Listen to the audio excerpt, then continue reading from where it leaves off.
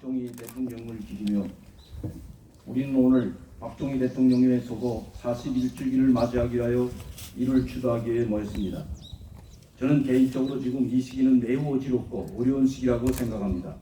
나라는 작용화되어 가고 있고 한미동맹은 약화되고 있으며 북한은 호시탐탐 군사력을 중강시켜 우리를 노리고 있습니다.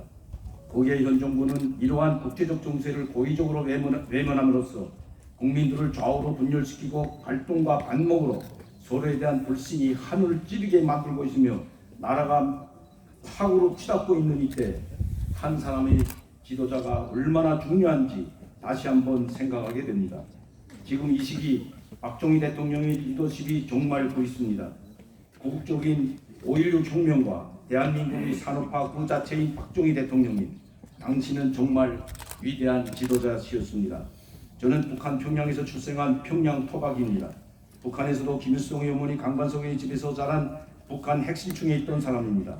우리 집안 사람들은 모두 김일성과 함께 6.25 전쟁을 수행했고 전쟁이 끝난 후에는 당시엔 남조선이라고 부르던 대한민국을 조카통일의 대상으로서 생각해온 역사가 있습니다. 그런 환경에서 자라나던 어린 시절에 박정희 대통령이라는 인물에 대한 수많은 교육을 북한에서 받았습니다. 남조선 인민을 억압하고 말 한마디 못하게 막는 희대의 독재자이며 미제국주의자들에게 충성하는 민족 반역자로 말입니다. 대표적으로 북한의 이름난 영화 이름 없는 영웅들에서는 박정희 대통령을 그렇게 묘사했습니다. 아니 그렇게 묘사하여야만 했습니다. 왜냐하면 일반 인민들은 잘 몰랐어도 북한의 고위층들은 박정희 대통령으로 인해서 급속도로 발전하는 대한민국이 너무나도 두려웠고 무서웠기 때문입니다.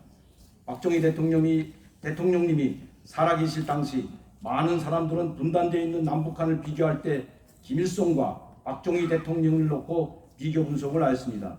이것에는 북한의 고위층도 예외가 없었는데 결론적으로 북한은 1970년대 이후 경제가 점점 쇠락하여 발전 가능성이 희박해진 불임 경제가 되었는데 반해 대한민국은 1970년대 이후로 전 세계가 우러러보는 폭발적인 성장을 하게 되었다는 것을 인정할 수밖에 없었던 것입니다.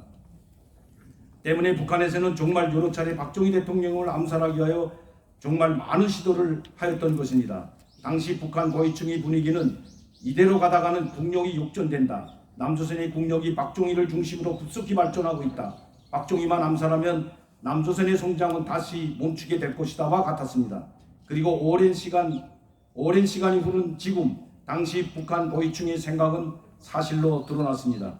만약 1968년 1월 22일 감행된 청와대 기습사건이 성공하여 박정희 대통령님이 나라를 이끌지 못하는 상황이 되었더라면 지금의 대한민국은 결코 없었을 것입니다.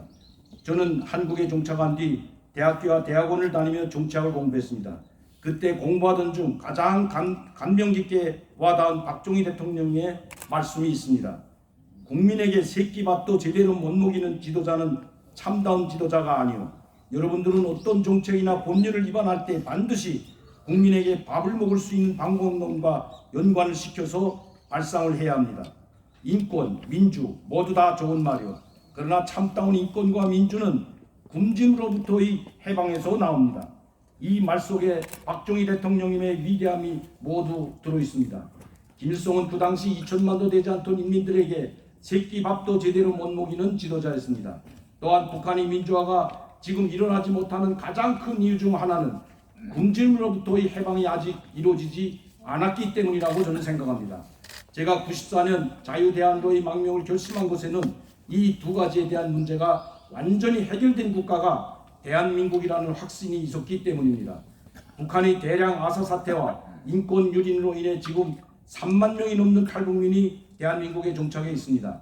만약 대한민국이 북한과 다를 바 없는 빈곤 국가라면 저와 같은 탈북민에게 국적과 정착 지원금을 주며 이곳에서 용주하게 만들어주는 정책의 실현 자체가 불가능했을 것입니다. 탈북민 먼저 온 통일이라는 말이 있습니다. 우리는 먼저 온 통일이며 자유 통일의 선봉이 될 것입니다. 그리고 그것을 가능하게 해준 위대한 지도자가 바로 박정희 대통령입니다. 대한민국을 이렇게 발전시켜 주셔서 정말 고맙고 감사합니다. 자유 통일이 되는 그날 꼭 다시 와서 인사드리겠습니다.